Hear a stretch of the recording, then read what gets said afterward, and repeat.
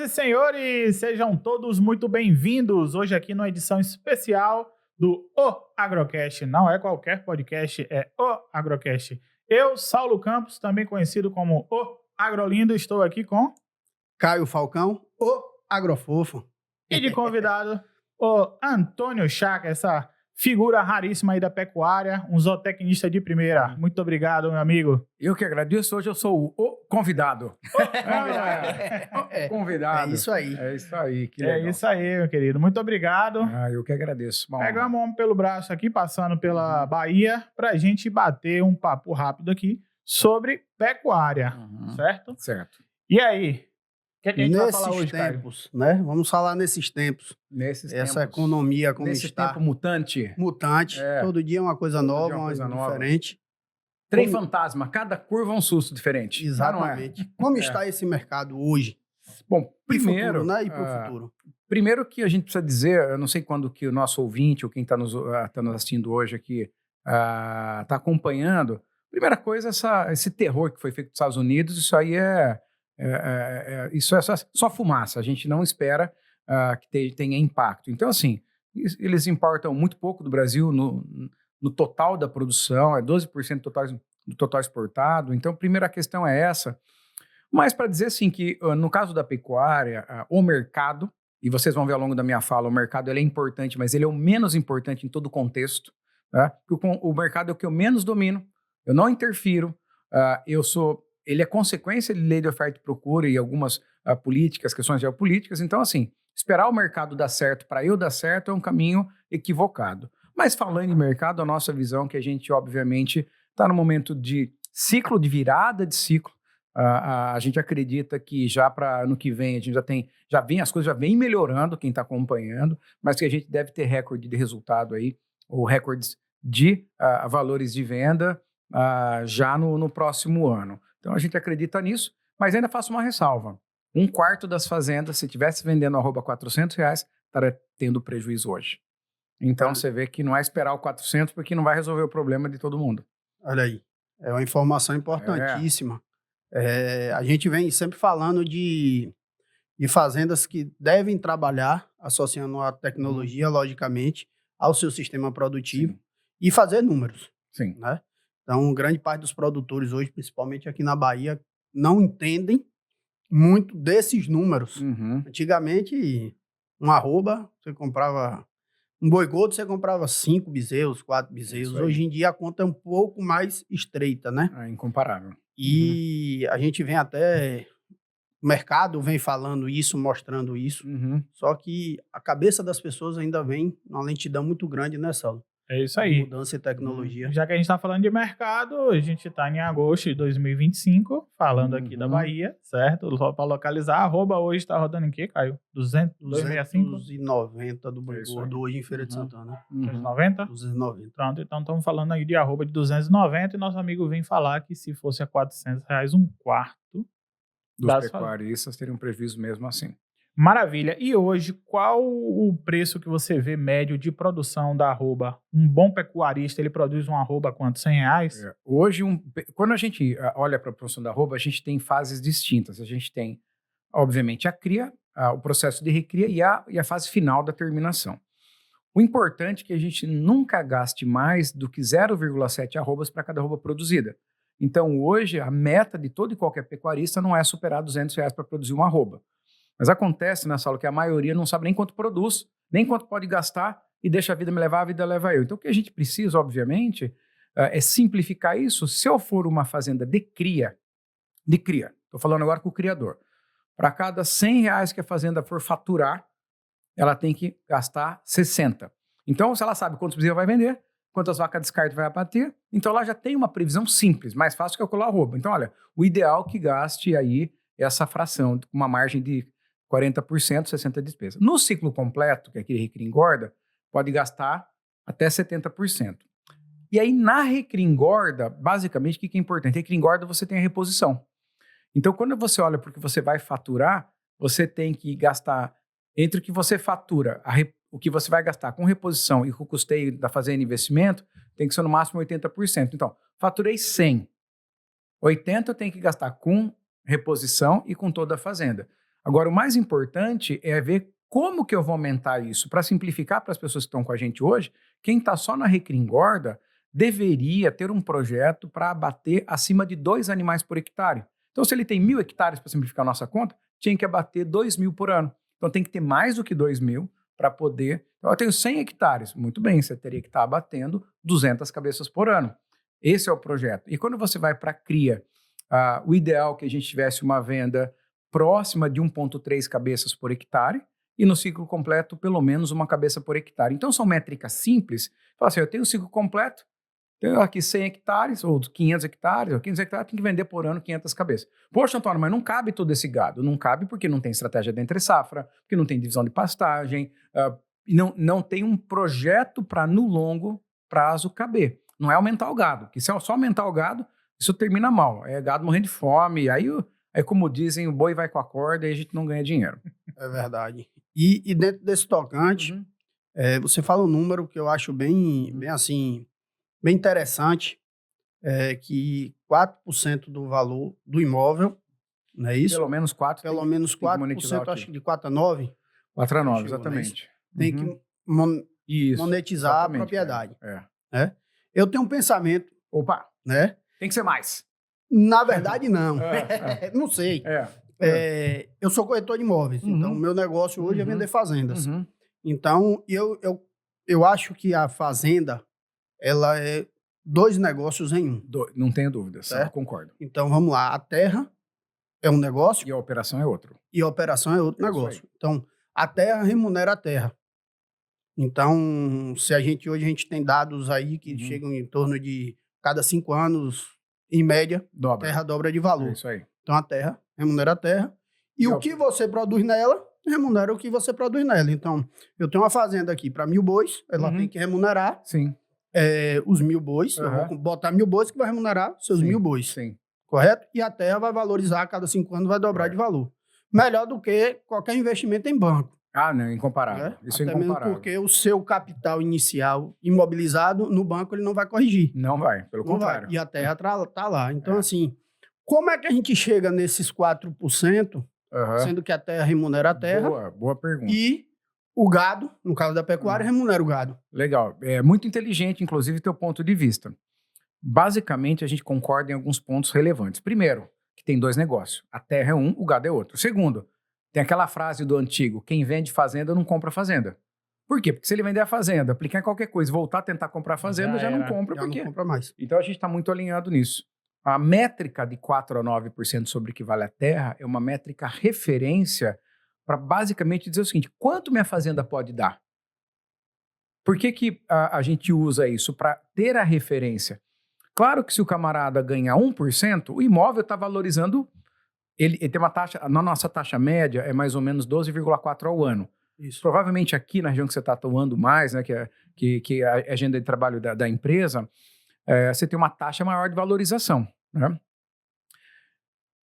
Mas aí vem a grande questão. Se eu posso ganhar entre 4 e 9, por que eu vou me contentar com 1, ou com 2, ou só com a valorização do imóvel? Então a gente quer a valorização do imóvel, que estamos juntos, mas a gente não abre mão da geração de caixa.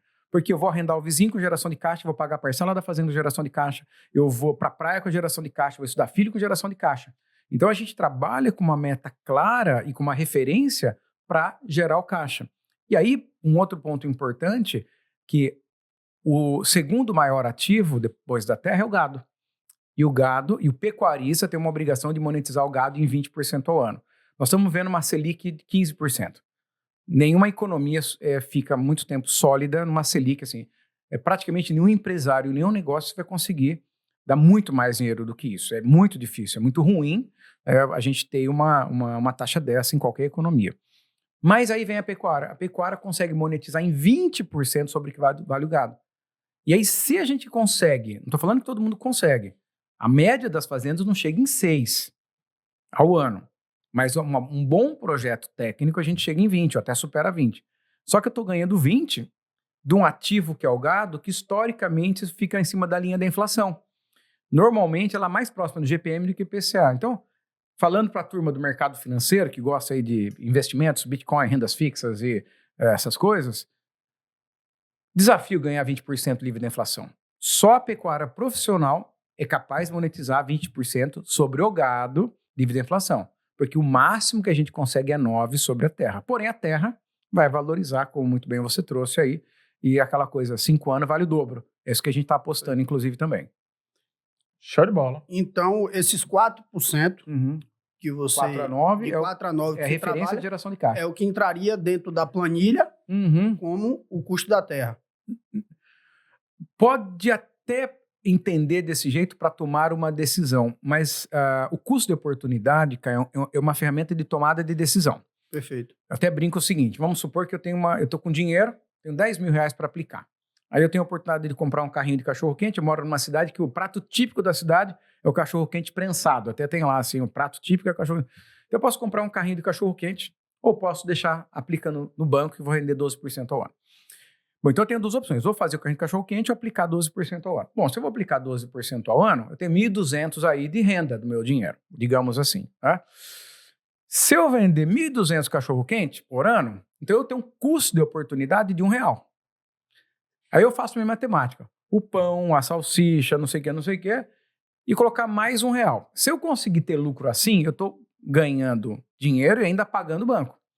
Se no final das contas meu lanche ficou a 7, eu vendo a 6, o custo de oportunidade eu deixo o dinheiro do banco. Então o custo de oportunidade é uma ferramenta de decisão e não um custo real. Como a terra vai valorizar, a gente não atribui os 4 a 9 custo de oportunidade, e sim não custo de oportunidade, mas uma oportunidade de geração de caixa. Percebe? Aquela coisa. O que eu tenho que fazer? Os caras foram jogar futebol, o que você tem que fazer no futebol? Fazer mais gol do que você vai levar. Pode ser um gol de diferença, mas essa é a meta, né? Então, quando a gente olha para criar uma meta para a pecuária, essa meta de 4 e 20, 4 de vale a terra e 20, como uma meta de geração de caixa. E torcer, converter a área, fazer de tudo para que minha taxa de valorização da terra aconteça. Mas falar, Antônio, mas eu não vou vender depois. Isso é uma decisão importante. O que acontece? As fazendas de banco que eu acompanho, ou de investidor, todas elas, quando cumprem a meta de valorização, são vendidas. Agora, a fazenda do pecuarista tradicional, que está na 5ª geração, não. Então, existe algo também que muitas vezes ele não vai abrir mão desse patrimônio, dessa valorização, e esse valor vai desafiar o próprio pecuarista, que agora ficou numa terra cara. Que é uma notícia boa, porque valorizou o patrimônio, mas vai exigir dele, como profissional, monetizar esse ativo. Melhorar sua capacidade Melhorar produtiva. o desempenho. Se você fosse CEO, fala de uma multinacional, os caras vão falar assim, olha, teu CEO, o cara tem que monetizar o nosso ativo. Nós temos tantos bi de ativo aqui, e o nosso CEO é para ganhar tanto de margem EBITDA, assim que eles fazem. Se o CEO entregar aquele resultado, beleza, ele sai de Brasil para América Latina, para global. Se não entregar, tchau. Se acontecesse isso, talvez, no nosso mercado, talvez a turma se movimentasse. Mas eu não vou chegar no espelho e falar, eu, pecuarista, não ganhei nem 4%, vou me mandar embora. Né? Não é essa a dinâmica. Então, eu vejo que exige maturidade para a gente melhorar a gestão. Né? E oportunidade. E eu acredito muito que as novas gerações vão fazer isso acontecer. Essa oportunidade é bem interessante. Você falou do número dos 20%. Eu sou filho de médicos veterinários. Temos uma loja agropecuária há 41 anos, né? A Granja Berimbau, que surgiu numa fazenda. É um trem bem estranho, né? Uma loja agropecuária dentro de uma fazenda. Uma fazenda pequena, 24 hectares. Posso comer esse queijo maravilhoso? Por favor. À vontade. Vou pegar aqui, mas vai, Sandy, um queijinho aí? Fazenda Recanto, Andaraí, Bahia, certo? Da aí. família Sampaio. Queijo muito Parabéns, bom família tá aqui com a Sampaio. gente. Nossa. Tá? Delicioso. E aí, a nossa loja tem essa fazendinha ali, 24 hectares, e que está num miolo de valorização. Indústrias ao nosso redor. Eu escuto uma fábrica, quando eu estou trocando minhas bezerrinhas lá no sistema ultradenso, né? A gente trabalha com cerca móvel e tudo mais. A água móvel também, tudo mais, como vocês fazem também lá no Paraná, né? A gente acompanha. Tá? E no meu primeiro ano de ciclo, foram 40 bezerras, e teve o ágio, né, de 240 de compra para 270 de venda. Isso aí fez passar dos 20% bonito, tá? Então foi um ano bem interessante. Mesmo. Né? Bem interessante. É bem bacana, e a gente aproveitando. Agora esperar, né, que esse ciclo a gente consiga repetir, não sei, mas o lance todo é produzir barato, né, com uma margem muito interessante. Hoje a gente e eu queria tirar uma dúvida sua aqui. Quando eu vou fazer meu cálculo em cima de terra. Eu estou com 40 bezerras em quantos hectares? Eu tenho uma dúvida muito grande aí. Por quê? Porque eu tenho 7 hectares de capim, 7 hectares de capoeira, que é uma solta, né? Vamos dizer ali que a gente usa como reserva estratégica na seca, mas como é que eu calculo em cima de 14? Boa. Tem uma que é extrator, né? Vamos pensar pela lógica do cara do mercado financeiro, novamente. Ele está gerando um ativo, está gerindo um ativo. Quando você olha o valor da propriedade, se eu fosse lá comprar a tua propriedade, você ia vender a propriedade inteira. Ia vir área aberta, capoeira, reserva, ia vir tudo. Então a gente precisa monetizar o valor da propriedade como um todo, não só da área que você está. A parte técnica você até calcula pela área produtiva, mas o valor da propriedade a ser monetizado é o valor da propriedade inteira. Que inclusive isso desafia algumas fazendas, por exemplo, no bioma amazônico, que você tem área que é 80% de mata e 20% de área produtiva. E aí? E que exige muito deles, porque ele está cuidando de 80% de mata. É claro que lá o hectare não vale o mesmo preço que vale aqui ou em outros lugares, né? Mas a ideia é isso. Isso é bom que nos desafia. E qual que é a grande, para mim, assim, a complexidade apaixonante da pecuária? Que quando a terra vale 10 mil hectares, é um projeto. Ela foi para 15, é outro projeto. Quando foi para 20, é outro projeto. Hoje nós temos um projeto pecuário em terra de 100 mil. Então eu preciso entregar 4 mil reais por hectare. 4 mil reais por hectare, normalmente o Mauá tem potência para entregar aí em torno de 3 arrobas de boi gordo. Simplificando aqui, 900 reais. Então eu teria que montar um projeto numa área dessa acima de 4A. Aí começa a fazer sentido sistemas mais intensivos, irrigação, etc. Ou vendemos essa terra de 100 mil comprar mais barato, uma terra de 20. Ligo pro Caio, ele arruma a fazenda para mim. Tô pronto para isso. Entendeu? E aí a gente já faz isso. Mas como se fosse banco, já teria feito faz tempo. Já teria saído da operação, realizado o lucro. Mas nem sempre. Então, se vai ficar, você tem uma obrigação. Já que você tem que cuidar. É ou não é? Perfeito. Tem que fazer isso. Eu gosto muito de uma conta, posso até estar errado, né? As pessoas dizem, cara, eu vou comprar essa fazenda, mas esse preço não viabiliza a compra. Isso, principalmente no momento atual, a gente vem escutando muito isso. E eu gosto de uma conta muito simples. Cabe quantos animais nessa fazenda hoje? Cabe, vamos lá, 1.000 animais. Então, pronto. Arrendamento na região está de 60 a 70 reais a cabeça. Então, você vai ter aqui hoje, vamos lá, 1.000 animais a 70 reais, 70 mil reais por mês. Pronto. Isso é o que essa fazenda pode lhe gerar por mês. Sim, certo? Perfeito. Então, na sua conta de custo de produção, o seu capim, digamos assim, a sua terra estava lhe valendo 70 reais por cabeça. De oportunidades. Sim. Então, aí eu falo sempre assim, será que você botando isso, o banco vai estar lhe dando esses 70 reais por cabeça? Então, assim, seu capital investido vai estar valorizando. Aí ele, mas eu vou ter que comprar o gado. Eu falei, não, aí é a escolha, é você comprar o gado, você pode arrendar. Eu conheço muita gente que não consegue faturar 70 mil por mês. Exato. Na fazenda de 1.000 cabeças. Então, assim, aí ele falou, e como é que o cara que vai arrendar minha terra consegue pagar? Eu falei, porque o cara vai trabalhar de uma forma produtiva para isso. Aí. Então, assim, ou você tem que mudar o seu projeto de produção, ou você tem que se adequar ao seu mercado, ao momento que você está vivendo. Exatamente. E aí a gente escuta uma coisa muito assim, quem arrenda a terra está quebrado. Aí eu falo, não, quem arrenda a terra está fazendo um excelente negócio. Porque o seu capital investido está valorizando e você está tirando frutos sem trabalho. Né? E aí eu venho tentando mudar esse conceito de que a mentalidade de que as pessoas que vendem terra estão quebradas, quem arreda terra está quebrada é um negócio. Então, assim, negócio. O banco atingiu o pico de valorização daquela terra, eu vou vender. Vou ficar com ela para quê? Vou comprar outra, investir, valorizar e ganhar dinheiro. É outro negócio.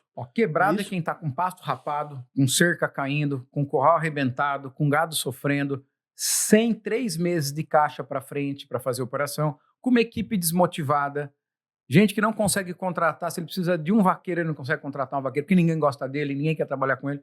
Esse é o quebrado. Mas o movimento de escolher, assim, eu tenho movimentos de fazenda própria da família, tenho movimento de venda de fazenda própria para aquisição de área para valorizar, tenho movimento de área arrendada, vindo para cá, estava falando sobre arrendamento para ver. Então, assim, quando a pessoa taxa que se ele está comprando, se está vendendo, se está arrendando, está isso e aquilo, certamente ele está enroscado em alguma coisa que é uma crença, e que, obviamente, não é assim.